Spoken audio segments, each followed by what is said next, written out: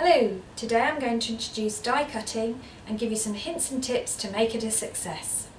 So you'll need your die cutting machine and all of the cutting plates, your chosen die and your chosen card or paper. I like to use wax paper to release some of the intricate cut cards, low-tack tape if you want to position your die in a particular place. It's good to have a pokey tool to hand just in case there's some piece that just likes to stay in the die, and the brush to remove all the excess pieces into the bin. I want to start with the die cutting machines. Now each machine comes with its own set of plates. They'll always have a platform and two cutting plates. Our platform on the Spellbinders Platinum has instructions printed on for each of the sandwiches. Now you're not making your lunch, what you're actually doing is combining the plates in a specific order or sandwich. That's where it's come from. So from there we need to start cutting with our die. So I've got my two dies.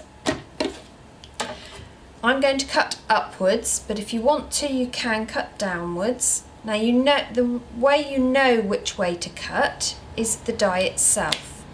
The dies have a cutting edge. It's not sharp, you can run your fingers over, but it's sharp enough to cut through card under pressure, which is what's going to happen when we put it through the machine.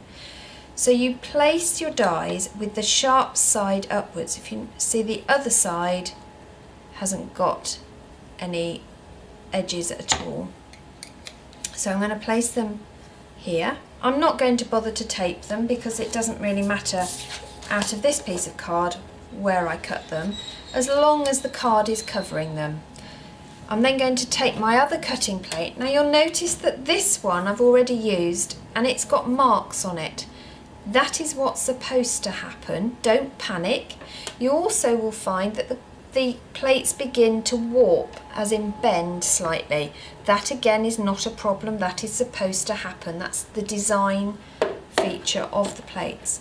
Putting it over the top, just supporting it all three together while I start to turn the handle and then pass it through the machine. You may hear a little click or cut noise as the card goes through. Don't panic, you haven't broken anything. All you've done is cut the card, and if I lift away the waste card, I've got my die cut, beautifully cut with all its marks, ready to be used for my project. Now the wording one hasn't come out quite so easily, so I've got a few tips for getting it out.